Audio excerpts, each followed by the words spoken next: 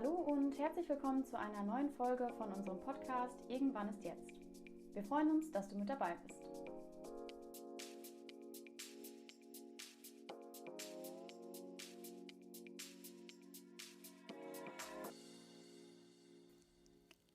Hallo und herzlich willkommen zu einer neuen Folge von unserem Podcast Irgendwann ist jetzt. Heute wollen wir uns dem Thema der Arbeitskultur in anderen Ländern widmen.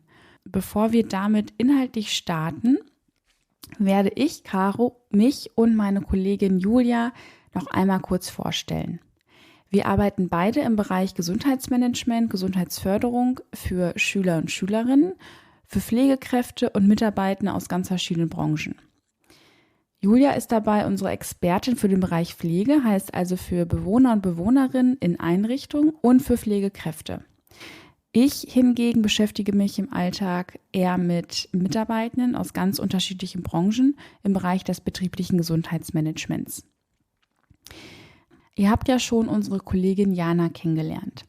Dazu haben wir, bevor wir in diese Folge starten, noch eine Info für euch. Und zwar wird unsere liebe Kollegin uns nicht länger in diesem Podcast begleiten können, da für sie aktuell sehr, sehr viele Themen und Veränderungen anstehen, sodass es weiterhin nicht möglich sein wird, dass Jana in diesem Podcast als Host auftritt. Und daher haben wir natürlich sofort für Ersatz gesorgt und glücklicherweise haben wir ja noch unsere ehemalige Datenfee, die Julia, im Team, welche nun den Part von Jana übernehmen wird. Das also schon mal vorweg, und da wir gerade sowieso beim Thema Information sind, ich sage schon mal, dass diese Folge und das komplette Interview auf Englisch sein wird, sodass es natürlich ein Vorteil ist, wenn ihr zumindest ein bisschen Englisch verstehen könnt. Wer nun sagt, Mensch, das ist aber schade, das ist so ein interessantes Thema, da schon mal die Info, dass es eine weitere Folge zum Thema Arbeitskultur in anderen Ländern geben wird, in welchem wir mit unterschiedlichen Menschen sprechen und in welchem es Ausschnitte geben wird, wo wir die Möglichkeit haben, das Wichtigste auch nochmal auf Deutsch zusammenzufassen. Bis dahin wünsche ich euch schon einmal viel Spaß mit dieser Folge und ganz viele neue interessante Einblicke.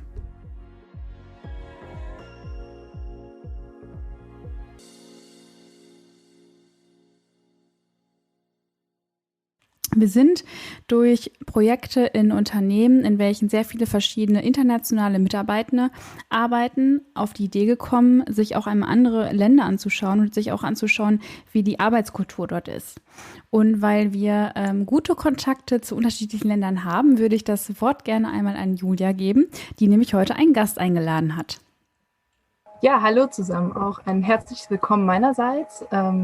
Ja, richtig, ich habe heute einen Gast eingeladen, einen internationalen Gast, und zwar Omar aus Mexiko. Wie kommen wir nach Mexiko oder wie sind wir auf Mexiko gekommen? Das kam dadurch, dass ich 12 Jahren ein Austauschjahr in Mexiko gemacht habe und dadurch Omar kennengelernt habe und glücklicherweise immer noch eine sehr, sehr gute Freundschaft besteht und wir dadurch gesagt haben, wir laden ihn zu unserem heutigen Podcast ein. Okay, then, because Omar, we don't know each other that well, I will start with asking, who are you? What are you doing? Where are you working? And also, of course, the most interesting question, in which country are you working at the moment? So just tell us a bit about yourself. Okay, well, hello, Caro and Julia. My name is Omar Ruiz Yanajara. I'm 30 years old. I'm from Mexico City, actually. And, well, actually, currently I'm working for the United States. So I have like my own business here in Mexico City, and I am working for the United States. So you are an employee in a company which is located in the United States? Yeah, it is actually. I'm working through an agency which hires people for doing marketing and design in companies for the US. Okay, that's interesting already. So are you working from home, or are you going to the United States also? No, my work is 100% from home. I work by hours, and everything is from home. Okay, nice. Maybe you can tell us a bit more about your background. What did you study? What did you learn? Yeah, definitely. Well, I'm a professional in international trade and business. I studied major for 4 years in Mexico City in international trade and business. Currently, I find myself studying a master degree on marketing and digital media. What happened is that I was working in a family company where I used to do all the operations and all the trade. I was doing purchasing. And then, well, after the pandemic came along, I wanted a change in my life. So I decided to go more on the marketing side, studying a little bit of marketing, and I wanted to work in marketing. So in Mexico, the opportunities to work as something new, having 10 years of background in another field was difficult. So that's why I look for this agency, and I look for an opportunity outside of my country where someone can give me the chance to develop in another field that will be marketing and design. Okay, that's very interesting. So, actually, already a question which I plan to ask you later, but I can already ask the question: how did COVID-19 influence your working life? So, you already said you kind of changed your work, but maybe you also changed your company, which you said that you had in Mexico City. But also the kind of work according to hours, for example, or the place where you're working. Maybe there's more to the story. Yeah, definitely. Well, after the pandemic came along in Mexico, well, we were like 3 weeks away from the whole world. Like the whole world was already prepared, and we were just like thinking about preparing ourselves. Like we didn't know what's going on. It was March, and everything stopped closing just out of nowhere because we have no warnings prior. So yeah, we had a pause. I used to work in this family company. It was a business that I own with my father and my brothers. And well, we had a pause because of the pandemic. We had a pause, like all the clients stopped buying from us. Well, we used to work for the industry, for the heavy industry, metal mechanic, oil industry. So they all stopped working, and we stopped having that much amount of work. We're still having work, but not that much. So I used that pause to think about my career. It was 10 years of working the same thing, and I wasn't feeling good at all with my job. Like, I don't know if that was what I wanted to keep doing. So yeah, the pandemic treated me real good because of this. It gave me the chance to change the field, but also it took a lot of courage and a lot of things in the way that came along, as not having a job for months, or as trying to look a job in another field where I wasn't that expertise at all.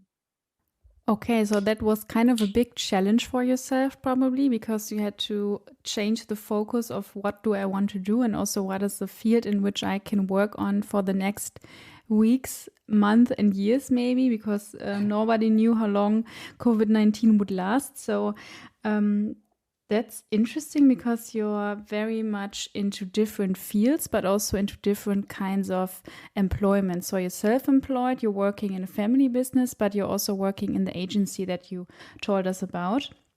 So my next question is, how does a typical working week looks like? So if you would describe maybe your last week, or also this week that is ahead of you, what would a typical week look like? Well, my typical week took a lot of hours working for this agency, working for my actual final client, which will be the client in the US. I'm doing a lot of marketing for them, digital marketing, doing mailing, doing some design. I'm also doing some operations for them. So from 10 a.m. to 6 p.m., I'm working for them. I actually have it's it's more flexible on the US because they have a lot of time for the lunch break, and they have a lot of breaks, and they focus more on the job but not on the time. It's the difference between the Mexican jobs and the jobs in the US. And jobs in the here in Mexico, you have to accomplish a certain amount of hours, even if you're working or not. You must be sitting on the desk and doing your time and doing like you are like like you are working, even if you're not, even if you are on Facebook. But if you are on your desk and if you are sitting there, it means that you're working. And that's the difference between the US and Mexico and Mexican companies, sorry. So for the US, as I was saying, I'm just accomplishing my goals and just working, I see it as with the flow. When if something comes up, I just do it. Then on the afternoons, I used to do some works for design proposals. I design for different proposals as friends' businesses, or I have two clients. I have a client in Puerto Rico who I design for, and on the weekends I used to design for digital media because I'm doing social media, digital media for different businesses. So this is pretty much what I do during the week. And during the week, it's for my client in the USA, and during the weekends, I try to focus on my own business, which is digital media. Okay, so do you have any time off, or are you working every day from 10 to 6? Well, I have my lunch break from 1 to 3, and I actually like to have some time off. It's not every day that I'm designing. I have some time off during the week after 6. I know that if I need last week, as you asked for, if I need some breaks, I took what I told you, my wisdom tooth. So I went to the doctor, and I have some time off to rest. And then I had to get my second shot of the vaccine, of the COVID vaccine. So yeah, I do have my spare time for me, and I like to rest. I like to give myself this time. I think that's why also I didn't want to have a job in a Mexican company, because I like to handle my own time. Okay, because you're more able to plan everything for yourself and also to set the hours for yourself, probably. Yeah, that will definitely help me scheduling my own time and knowing what time fits the best for my jobs. And maybe I can kind of a bit summarize what you told us before about the difference from the US and from Mexico. So is it like Mexico is more oriented on time? For example, you have 8 hours of work to work a day. And if you are sitting on the desk 8 hours, then your work is done. And in the US, it's more about results, probably. So you have definitely a goal which you have to accomplish. And if you accomplish the goal, then your work is fine. Yeah, definitely. On the US is result oriented. So we are trying to set different goals every week, every month, and even every year, and that's what you have to accomplish. So that's how it make it interesting. I would like to know if you have something like overtime work. So, Yeah. or comparing to Mexico and to United States, if there's a difference, maybe. Yeah, well, yeah, definitely there's overtime work. I like to accomplish all my goals. So it doesn't matter if I finish at 6 p.m. or 10 p.m. What I like is to accomplish all my job, to get all my job done.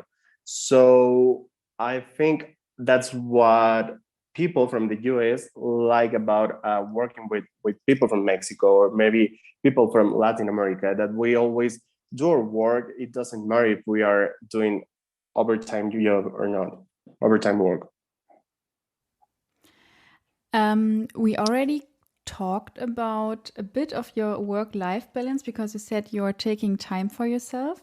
How would you rate your personal work-life balance? And maybe you can give us some more examples of what you actually do for yourself when you think, okay, maybe I should do something for my work-life balance. Okay, well, I do I have to rate it? Like from 1 to 10 or something? You can rate it from 1 to 10. You can also say it's maybe good, it's not so good, it's in the middle. Well, I think with this change, I will say it's an 8 because I try to have a good balance between my job and my personal life. But also, it's so difficult when jobs are not enough paid. Like when you have to have these 3 jobs to have a balance between your job and your personal life. So maybe that's why. Maybe if I could just divide it into 2 jobs, that would be awesome, and that won't take as much time. And is there something that you like to do on the weekends, for example, or if you have free time, what is a thing that you're doing to release the stress, for example?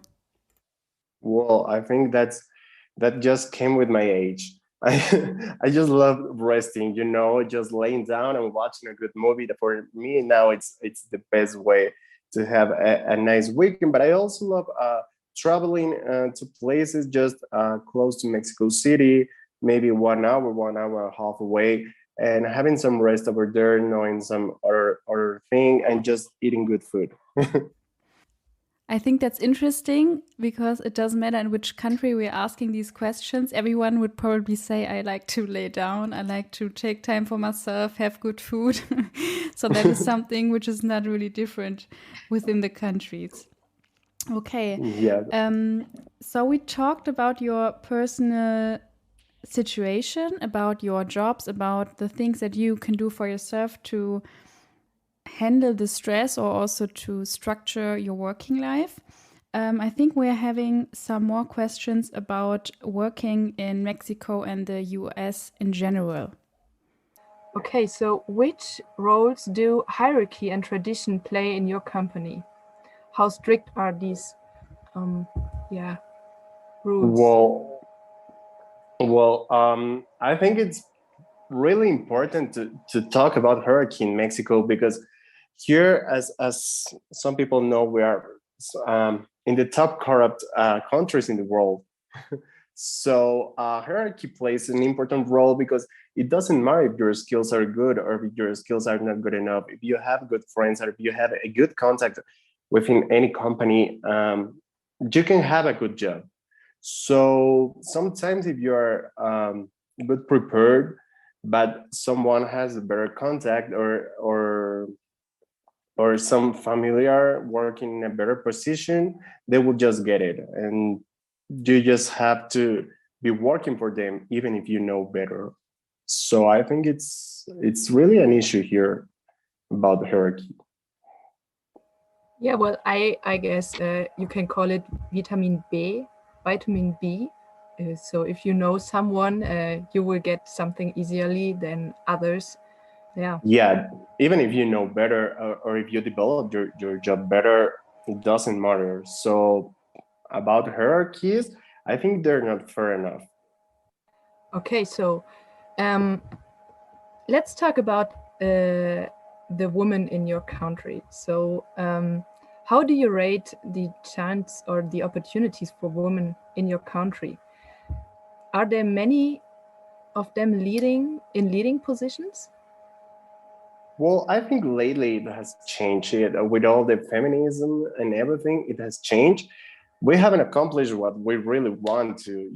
There's interesting information because I found this really interesting, and it's on Mexican government. They are asking like it's an obligation to have 50% of your mandatories women and 50% men. What I think about this was like, like why would it has to be 50% woman? What's going on? That one, not real good or not real prepared women are having these positions. These positions are going to the politicians' wives or the politicians' girlfriends and wives and lovers and whatever. So I think there must be a balance in between skills and maybe your preparation, and if you are a woman, it can maybe grow up to 80%, and no one will even care because you are well prepared, you know. But well, this is what's going on. But writing about women possibilities, I think it's growing. I don't think we're getting there yet, but I like equality, you know. But I think it's growing, and I see improvement there. I will say a 6, maybe from 1 to 10. They're not have good chances. If you are in an international company set in Mexico, maybe set let's say a German company that's set in Mexico, well, you can have an opportunity to have a good position. But if it's just a Mexican regular company, well, it's much more complicated. Okay, so that actually kind of goes back to the question that Julia asked before about the hierarchies, because it's more about like who knows someone who could be a person who is suitable for the position, or at least kind of suitable, and then you're coming to the question again, like how are these people or these women who are in the positions then, how did someone decide that they would be the one for it? So it's kind of a big chance, because it's a topic which is discussed in Germany since a long time, I can tell you.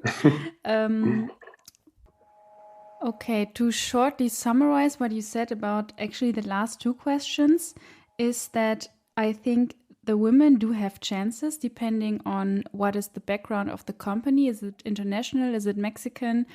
Are there more international companies which also play a role there?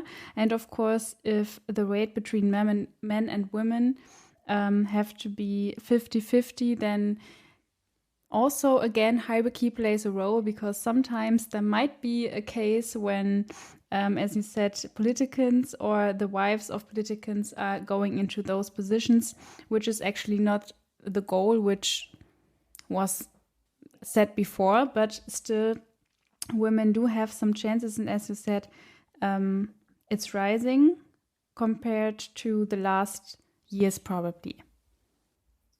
Yeah. Okay.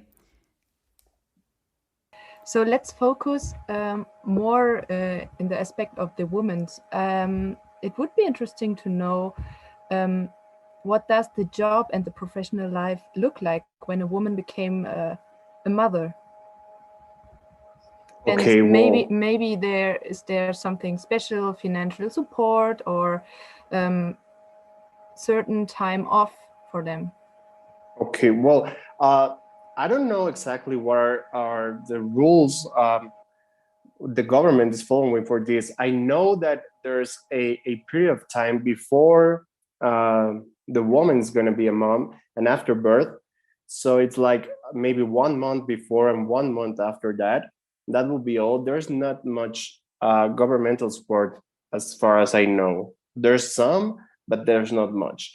What it's interesting here is that sometimes on Mexican companies, if you are a woman, and this pops in my head because I think it's really unfair, some of them cannot even say that they are pregnant when they're applying to a job because they won't get the job. Some of them are fired before giving birth because people don't want to pay for that birth, or people just don't want government to pay for that birth. Or they just there's a lot of discrimination for pregnant women, I think, in Mexico. Not with the big companies, not with international companies. I know a lot of successful cases, you know, but for the Mexican ones and Mexican established ones, there's still a lot of discrimination about this topic. And do you know something about what it's in the US with this topic? Actually, I've been working for a short period of company in the in the US. So I don't actually know about these rules. I know it's better there. I know the conditions are better. Government help is better, but with accuracy, I cannot actually say something. Okay. One more question just got in my mind. If you get pregnant in Mexico, is it possible to lose the job? Yeah, totally. If you are working for a Mexican company and if you're pregnant, then you can lose your job. And of course, it will be like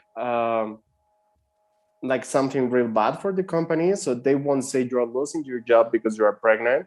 But I know a lot of cases of people that they say, "Oh, you misdo your job on this little thing, so you are fired." But you are actually fired because you're pregnant.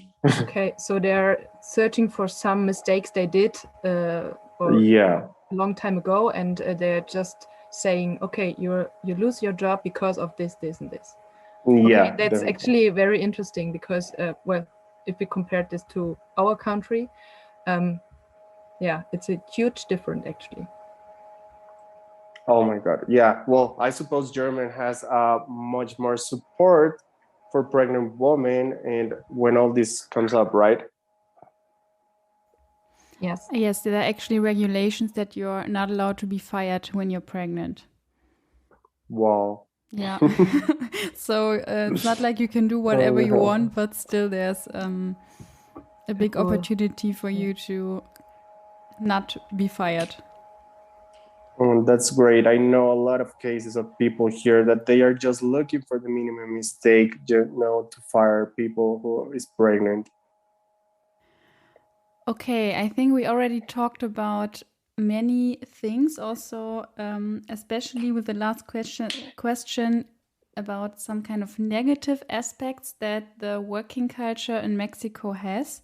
So I would like to ask you a positive question. And the question is, what do you appreciate most in the working culture of your country, so Mexico? Okay, I will say, I've talked so much negative and corruption and everything, but I will say Mexican environment, the working environment, it's real good, like working along with happy people all the time. And there's not as much competition as in other countries. Right now that I have the opportunity to work in an American company, I can see people competing for a position or for a job, and there's no support in between colleagues or co-workers. And here in Mexico, well, that won't happen because people are just supporting you, and people are just like, hey, today I bring lunch for you, and they are good friends and they became your friends. Your colleagues can become your friends. There's no competition. There's always a reason to celebrate.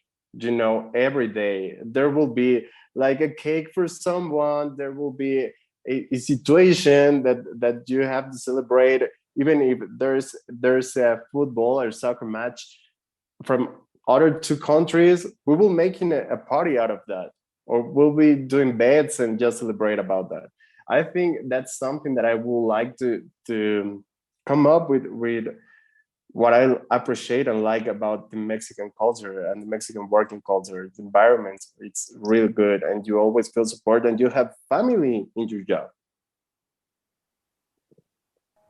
I just wrote down there's always a reason to celebrate because this is something which I think we can learn from still if I compare it to the working culture in Germany. Not like we're sitting with a bad face all the time, but being in a more positive atmosphere probably helps also with the work and also with the motivation. Okay, I think that is a very nice ending of this podcast for today. Omar, thank you very much for participating and also for telling us so much about the Mexican and also the working culture in the USA. Thanks to you, Caro, and it was so good to talk to you girls. I hope we can do this once again and you can tell me more about Germany. Okay, Omar, thank you very much. Vielen, vielen Dank. Ich habe auf Spanisch geübt. Gracias por participar. Gracias a ustedes. Gracias a ti por tener el tiempo y luego nos vemos. Muchas gracias a ti, Julia. Thank you, girls.